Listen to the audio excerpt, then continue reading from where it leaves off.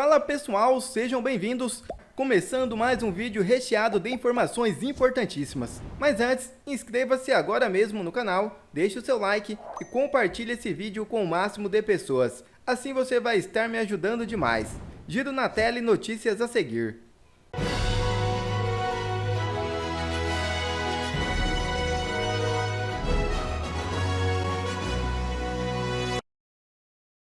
Lira muda completamente o discurso e se revolta contra a perseguição da PF. É isso mesmo.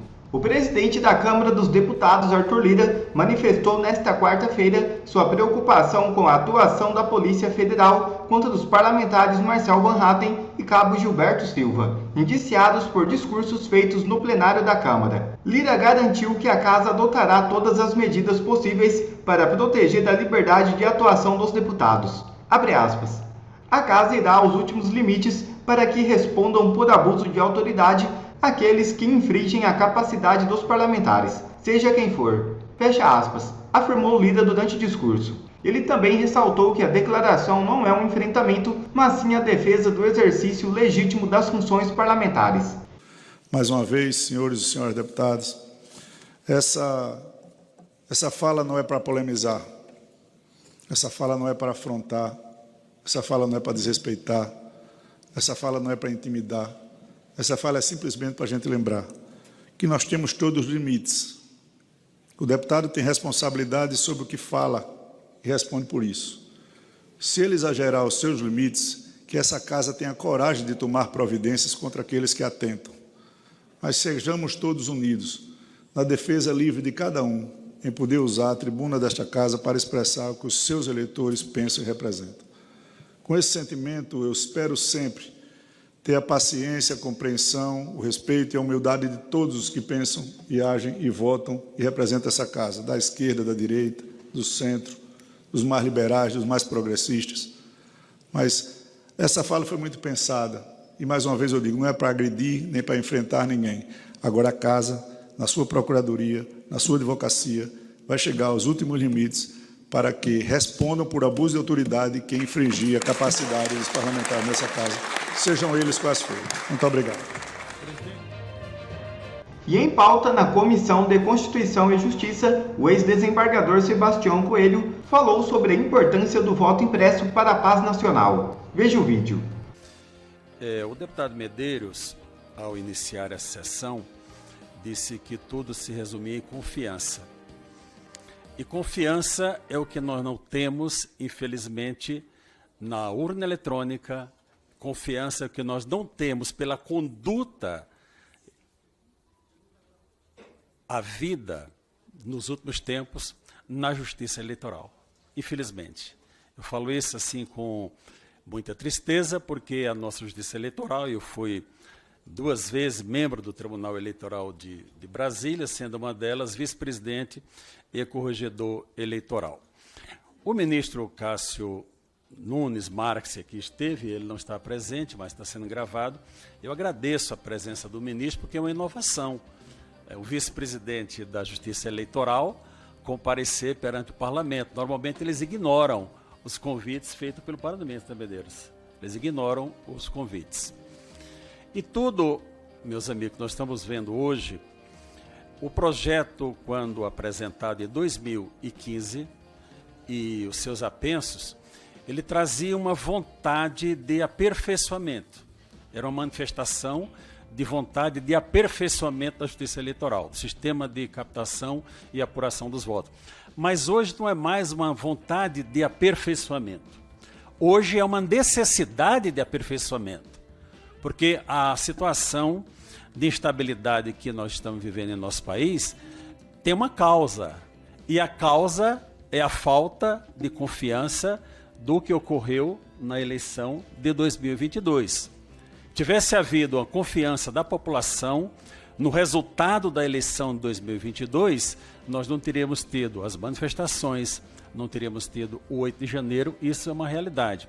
Então nós estamos tratando aqui para o futuro. Isso independe de cor partidária, se é de esquerda, de direita. Hoje, até 2 anos atrás, tínhamos um governo de direita. Hoje temos um governo de esquerda. O futuro, Deus dirá o que será. Mas isso não depende de governo, de questão partidária, depende da garantia da segurança da população. E a Constituição ela é bem clara, no seu artigo 37, quando fala do princípio da publicidade. Se os senhores que vão debater o tema e votar, entrarem em disputa com a máquina eletrônica, nós não vamos vencer nunca o doutor Amilcar. Nunca. Ele é um especialista em matéria de eletrônica, de informática, de segurança eleitoral. Eu não sou. O que ele me disser, eu não tenho argumento para ele. Então, o que acontece com a justiça eleitoral? Os ministros, olha, a máquina é segura e hoje é bom falar aqui em urna eletrônica, porque quando eu vejo publicação, Medeiros, de urna eletrônica, as pessoas colocam a urna e trocam uma letra para o YouTube não identificar, porque senão já corta, né? Vocês têm alguma ordem secreta que nós não sabemos para não questionar a venerável urna eletrônica, não é? Nós não sabemos. Quando os ministros dizem, olha, você pergunta para a urna, máquina, você está livre de votos? Ela responde sim. E a zerésima, tem voto aí dentro de você? Ela diz, não tem nenhum voto. Então tá ok, vamos continuar. Bom, a partir de agora, o que é que você vai fazer com o meu voto que eu depositei na urna? Aí a máquina diz, não, agora não é com você. Daqui para frente é só comigo, não é? Então essa segurança para o sistema eleitoral é o que está buscando para quê? Para uma paz futura da nossa nação. Nós não podemos viver a cada 4 anos ou a cada 2 anos, mas a questão maior é a eleição presidencial, com o embate eleitoral sobre a lisura ou não do voto. Se você coloca numa cegonha é aquele caminhão que transporta os carros, aqui em Brasília, transporta crianças também, não é? Aqui em Brasília, 10 carros da marca Volkswagen para entregar em Goiânia. Você recebe lá a notícia, chegaram os 10 carros. Ok. Então agora você me diga se esses 10 carros são da marca Volkswagen que eu encaminhei. Se tiver carro de outra marca, não vale, porque eu mandei carro da marca Volkswagen. Assim eu voto. Quando ele sai do momento da votação até chegar ao TSE, que agora não passa mais pelos tribunais eleitorais regionais, ninguém sabe absolutamente o que aconteceu. Ninguém sabe. Você está falando que tem fraude? Não sei, eu não tenho como debater se tem fraude. Não tenho expertise para isso. Pode ser auditado? Nunca. Como você vai auditar o que não existe? O Felipe falou muito bem aqui, você audita esse telefone, você olha e diz, olha, essa é marca tal. Não, esse telefone é da outra marca. Vamos conferir de qual marca é realmente. Com o voto que é transmitido, não há a possibilidade dessa conferência. Quando foi citado aqui pelo Amilcar, que a ministra falou numa decisão passada, e não adianta nós voltarmos, senhores parlamentares, ao que cada ministro disse sobre as 2 ações que chegaram lá e eles derrubaram o que foi decidido pelo Congresso Nacional. Não adianta. Isso é passado. É como citar a Bíblia, né, pastor Marco Feliciano, esquecendo-me das coisas que atrás ficaram e avançando para a que estão diante de nós, que é o nosso futuro. Essa questão de dizer que o eleitor verá o voto, não. Essa votação, após a confirmação, todos sabemos disso, vai cair dentro de uma caixa que vai ser estabelecida como, e o parlamento tem que estabelecer a forma, porque se não estabelecer, o TSE faz da forma que ele deseja. O TSE hoje legisla nessa matéria mais do que o Congresso Nacional. Diz o que o Congresso não diz. Olha, o Congresso não fez, então eu vou fazer. Não. Quando o Congresso não faz, é uma decisão. Uma decisão autônoma do parlamentar e do parlamento, dizer, eu vou decidir essa matéria ou não. Então, essa auditoria, ela não pode ser por amostragem. E não existe a possibilidade, o Felipe já explicou bem, de auditar o que nós não enxergamos. Você confia na máquina eletrônica? Eu não confio nas pessoas que controlam a máquina. Essa é a questão. Porque a máquina é uma caixa que recebe um software. Essa é uma realidade. Agora, quem controla? Quais são as pessoas que inserem os dados? Os senhores sabem, Medeiros, quem insere os dados? Olha, fechamos tudo aqui. Quem sabe? Quem tem a possibilidade de verificação? Ninguém sabe. É um grupo pequeno que nós, os senhores parlamentares, pergunte um ao outro que tenha mais, interage mais com essa matéria. Se sabe qual o núcleo, o grupo de pessoas que alimentam a máquina? Não sabemos. E pela conduta que, infelizmente, os senhores ministros do Tribunal Superior Eleitoral, especialmente os do Supremo Tribunal Federal, têm tido nos últimos tempos, nós não temos a confiança nessas pessoas, infelizmente nós não temos. Não podemos confiar pela conduta deles, não é por outra coisa, por as decisões que eles proferem. O deputado Luiz Felipe está com grandes projetos aí sobre a reformulação do Poder Judiciário e tem que ser. Nós não podemos ter dentro do Tribunal Superior Eleitoral 3 ministros do Supremo Tribunal Federal. Porque eles decidem, viram a resolução em 2022 sobre a eleição, o procurador até ingressou lá no Supremo Tribunal Federal. Os 3 ministros que elaboraram a resolução, aquela que dizia, olha, tire 24 horas, tudo, né? Foram agora votar o recurso. Isso não tem cabimento. Em outra matéria, nós estamos vendo aí a vítima julgando o réu, mas isso é um outro departamento, né? Então, o princípio aqui é o princípio da confiança. O eleitor, ele tem que saber que o seu voto é contado. Eu tenho interesse de saber como o meu voto é contado. O artigo 14 da Constituição diz, olha, o sufrágio universal é pelo voto direto e secreto. O voto é diferente do sufrágio, como o Felipe explicou agora, e eu já vou concluir, deputado.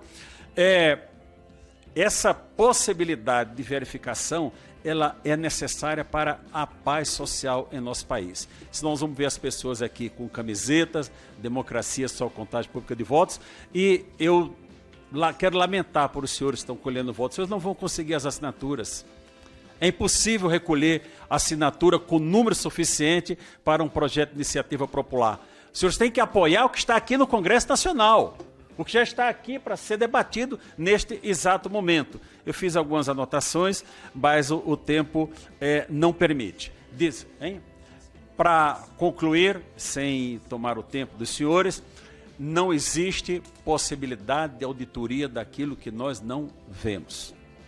Não existe. Se vamos fazer por amostragem, isso é uma armadilha.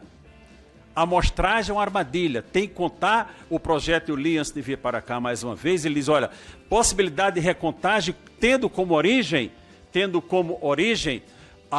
como autor, a direção nacional de partido está certo, senão cada um vai querer a recontagem. A direção nacional de um partido é que deve fazer esse pedido de recontagem. Se houver divergência entre o que está na urna e a máquina, qual que deve prevalecer? Evidentemente o que eu vi. Se eu mandei numa urna com 300 votos, e eu estou contando aqui, dizendo, olha, os votos foram para fulano, e a máquina diz diferente, essa máquina não pode estar certa. Está certo o que nós estamos vendo aqui. Essa que é a realidade que nós estamos vivendo.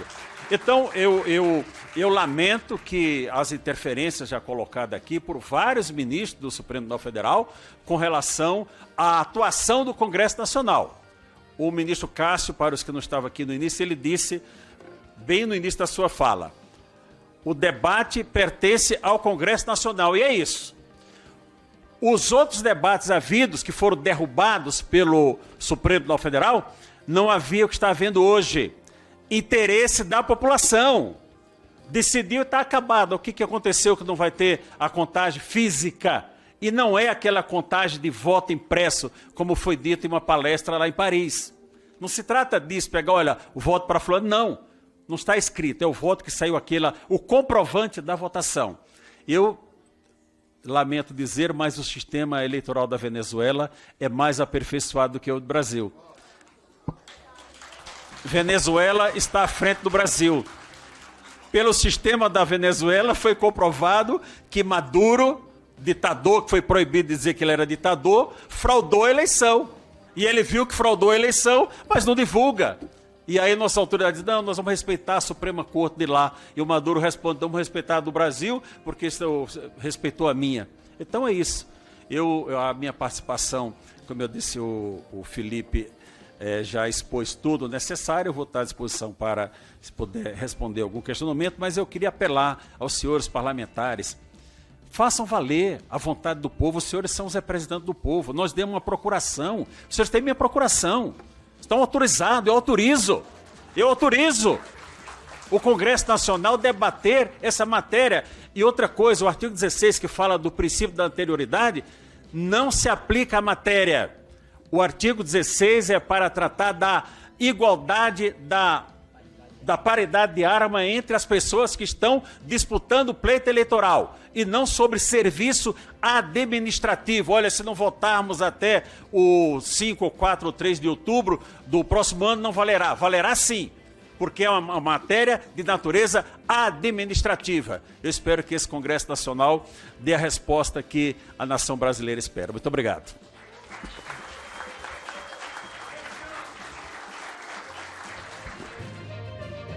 E Caio Coppola expõe o tiro do pé do sistema contra Jair Bolsonaro. O efeito foi ao contrário. Caio, quem assume o legado de Jair Bolsonaro? Olá, Leandro. Olá, doutor Vitor. Saudações à nossa audiência. Olha, eu até entendo a torcida de alguns colegas da imprensa, mas a gente não pode colocar o carro na frente dos bois. Nós não podemos colocar o golpe imaginário na frente do candidato natural da direita em 2026. O herdeiro do legado do Bolsonaro ainda é o próprio Bolsonaro.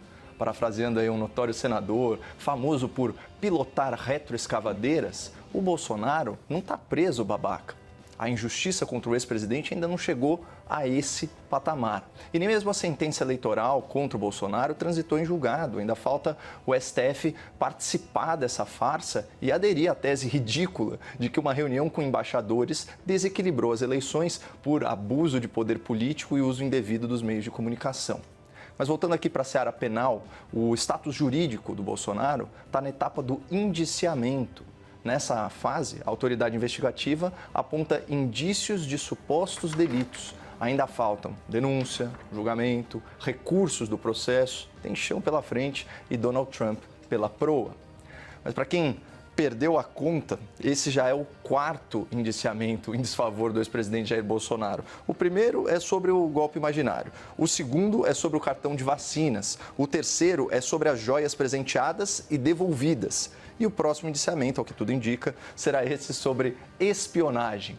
Já as acusações anteriores de racismo gordofóbico, genocídio pandêmico e importunação de baleias não prosperaram. E só uma curiosidade sobre a próxima fase dos processos. A próxima fase é a denúncia. O responsável por denunciar Bolsonaro é o doutor Paulo Gonet, um procurador-geral da República escolhido fora da lista tríplice do Ministério Público. Foi a primeira vez que o Lula fez isso como presidente. E vejam só que coincidência. O indicado do senhor Lula era sócio do ministro Gilmar Mendes e foi o responsável pelo parecer do MP para tornar Bolsonaro inelegível por 8 anos naquele processo no TSE. Talvez por isso a Transparência Internacional, naquele seu relatório anual sobre a corrupção no Brasil, tem identificado que a escolha do procurador Paulo Gonet é um exemplo do chamado judiciário de coalizão. Uma justiça aparelhada para, supostamente, agradar as elites dos tribunais e beneficiar os interesses do governo petista. É uma tese interessante. O fato é que não será surpresa para ninguém se a PGR mergulhar de cabeça na narrativa do golpe, com direito a enforcamento de ministro em praça pública, envenenamento de presidente e atentado terrorista com fogos de artifício. Aliás, uma curiosidade reportada pela CNN. A PGR não descarta unificar todas as acusações em uma grande peça de ficção jurídica para tentar enterrar politicamente o senhor Jair Bolsonaro. Contudo, como eu disse lá no começo, é preciso que os processos, é preciso que os recursos se esgotem para a gente discutir um eventual legado de Bolsonaro. Até porque ele é o candidato favorito para vencer as eleições em 2026. Gazeta do Povo, 27 de novembro, vulgo hoje.